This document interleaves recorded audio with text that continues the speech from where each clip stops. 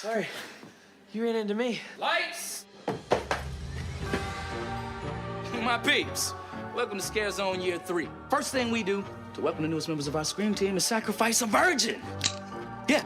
Ah! Hey! Better get it when we open Friday. Oh!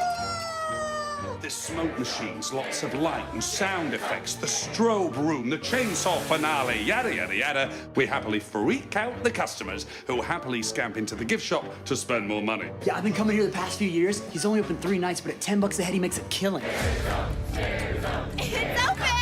You ready to get freaked out? Yeah! You ready for some blood and guts? Yeah. We couldn't do better unless we were actually killing people. Welcome to the insanity.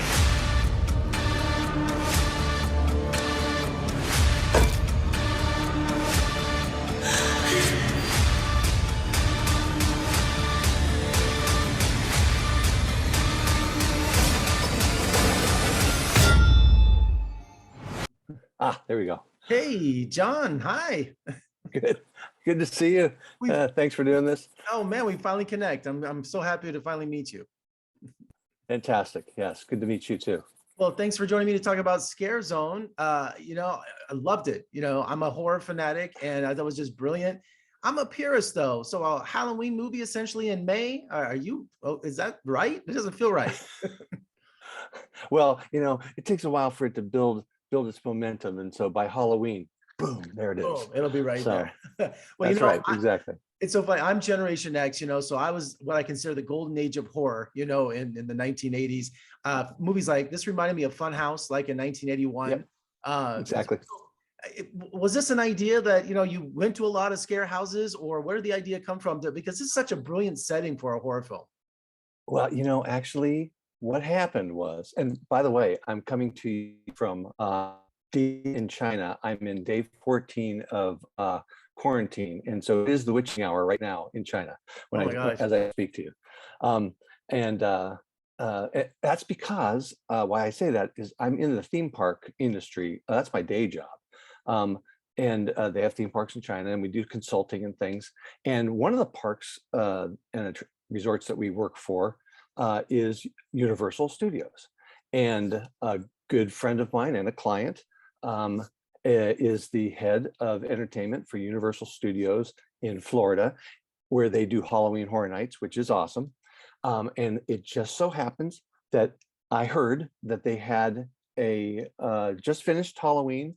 They had a haunted house that's on a sound stage, and they were going to keep it alive all the way through the month of November, because at the end of November, there's a convention that happens in Orlando called the IAPA convention, and they wanted to show it off. And they do tours, for producers and things, for people in the haunts industry.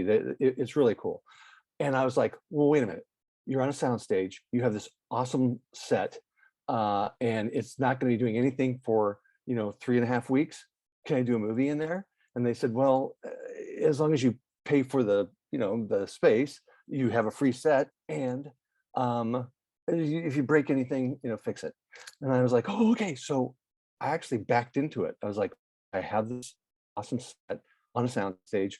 It's a haunted house, and it's in a strip mall, and and it wrote itself. And so it was. Do you know what a remarkable opportunity that was? I mean, that's the stuff that's made of Hollywood legend. I mean, because I was watching some, like, they spent a fortune on this set, and I just thought, because that's the star of the film, right? Is the house. Exactly. Yeah, it is. And I was like, wow, that is such a windfall that I don't think will ever be repeated. Well, and that's what I tell. I mean, because you're Gen X, I'm on the ass end of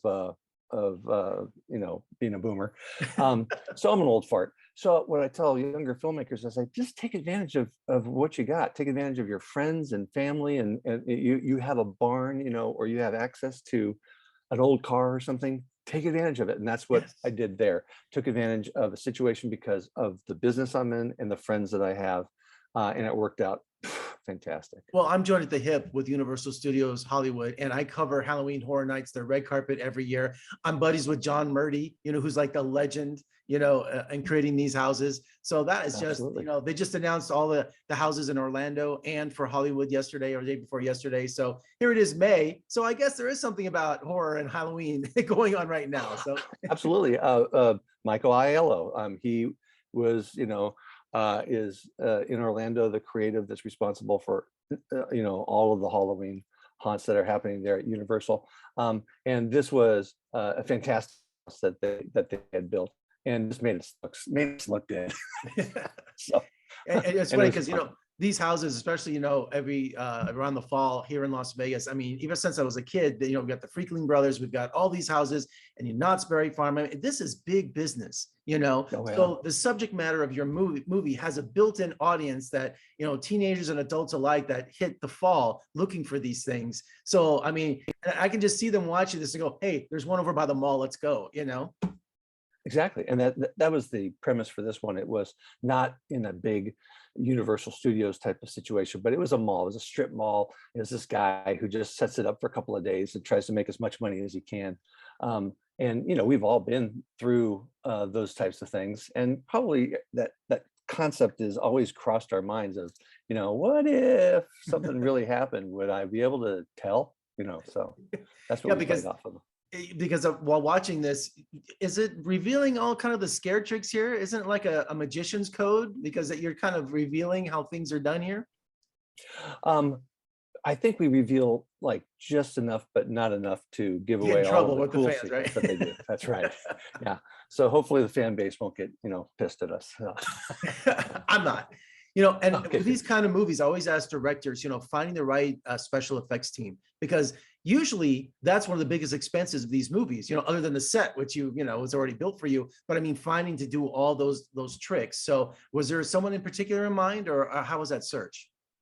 No, we really lucked into a lot of things. Ashley Hooker, who is a fantastic makeup artist, was brand new and really wanted to try out her work on prosthetics and things like that. So she was freshly new.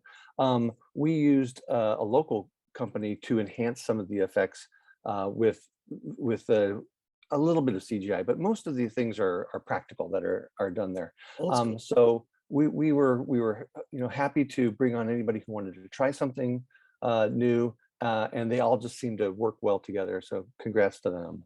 For sure. So did you have a favorite scare in the movie, a favorite sequence? I think my favorite room was Dies and Dolls. That just cracked me up. I just love that. Yeah, my favorite is, and I don't think I'm giving anything away, is the kill that happens in the window of the shopping mall where they're doing the thing, and Yes. Summer's being chased, and she tries to escape and is getting stabbed through the window, and she gets stabbed, and everybody who's waiting in line is watching this happen. And they're just dumbfounded, and she's being stabbed and blood everywhere, and she slides down the glass, and then they all go, "That was great, do it again." You're a sick man, John. You're a sick man. Well, thank you very much. And there's something about an English accent in a horror film too. Sir Oliver. It just gives such a sense of class to the movie. Simon Needham, who is really a mainstay actor at Disney, and he's part of that new Star Wars hotel and everything. And he's hilarious. The only thing is that he had his own script in his head, and so he claims co-writing credit because he came up with some of the funnier lines that came up during the shoot. Well, it's important that you put humor in this too. If this was a straight horror film, I don't think it would have worked. I think it would have been, I just love its tongue in cheek, and I love, I love the pacing with the humor, so I thought it was really important because it made you have a good time, because these kind of films, you want to have a good time. You're not really there to be scared. You're there to be with friends, and it's kind of like a whole collective as you watch this. I wish I had like 5 of my friends with me, and you'd be like screaming and laughing and all that. So this is a great ride. Exactly. It's a popcorn movie, and that's what I tell a lot of people is just check your brain at the door. Don't overanalyze. It's a good time. It's a whodunit a little bit. But even the cast and crew, they've already, have their copies of the movie, and it's turned into a fun drinking game. Every time you say Scare Zone, by the end you're blottoed. So I'm like, oh my gosh, you Well, guys. The only thing that wasn't too convincing was, when you get to these kind of haunted houses, they're all a bunch of geeky teenagers playing the actors. You had gorgeous people. I'm like, these people want to work at a haunted house, for a scare. And they're just like, look at them, they're all beautiful. But that was a great kind of Scooby-Doo classic, getting the right looking gorgeous people to get killed through the whole movie, right? Exactly. You want to, if you're going to do a movie, you might as well make it visually, stunning. So all aesthetically of them, pleasing. they're all